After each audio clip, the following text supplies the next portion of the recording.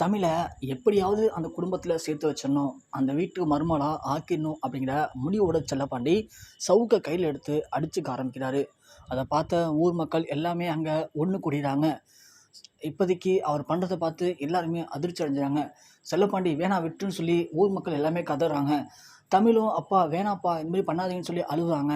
ஆனால் செல்லப்பாண்டியை பொறுத்த வரைக்கும் எப்படியாவது நான் உன்னை அந்த வீட்டில் வாழ வைக்காமல் விட மாட்டோமான்னு சொல்லி அடிச்சுக்கிறாங்க.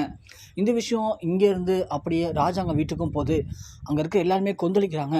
இந்த செல்லப்பாண்டி சும்மா இருக்க மாட்டான் போல, நம்ம குடும்பத்தை அசிங்கப்படுத்தாமல் ஓய மாட்டான் போல, அவனை சும்மா விட்டால் இப்படி தான் பண்ணிக்கிட்டே இருப்பான் அப்படின்ற மாதிரி தாமரையும் அவங்க அம்மாவும் அங்கே ஏற்றி விடுறாங்க. உடனே ராஜாங்கம் அன்னைக்கே அவனை வெட்டி போட்டுக்கணும், விட்டாச்சு, இப்பயும் அவனுக்கு கெட்டு போகலை, இப்பயே போய் அவனை ஒரு வழி ஆக்கிட்டு வந்துடுறப்பா அப்படின்னு சொல்லி சேர்த்து கிளம்புறாரு.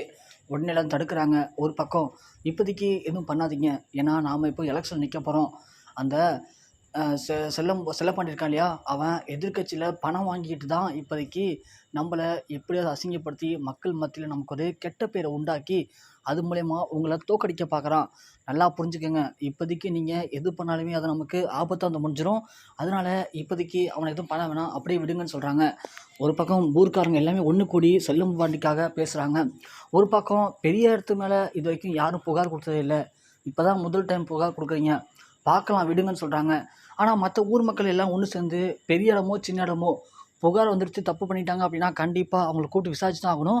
ஸோ உடனே விசாரித்து ஒரு முடிவு சொல்லுங்கன்னு சொல்கிறாங்க. அதே மாதிரி இப்போது ராஜாங்கம் நிற்கக்கூடிய அந்த கட்சியுடைய மிக முக்கியமான நபர்கள் வராங்க, இதெல்லாம் பார்க்குறாங்க.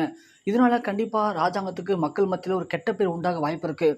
ஸோ உடனே ராஜாங்கத்திட்ட பேசி எப்படியாவது தமிழை அவங்க வீட்டுக்குள்ளே கொண்டு போகணும்னு சொல்லி பேசுகிறாங்க. அதே மாதிரி போயிட்டு ராஜாங்கத்திட்ட பேசி ராஜாங்கமே வந்து தமிழை அவருடைய வீட்டு மருமகளாக உள்ளே கூட்டிகிட்டு போகிறாரு.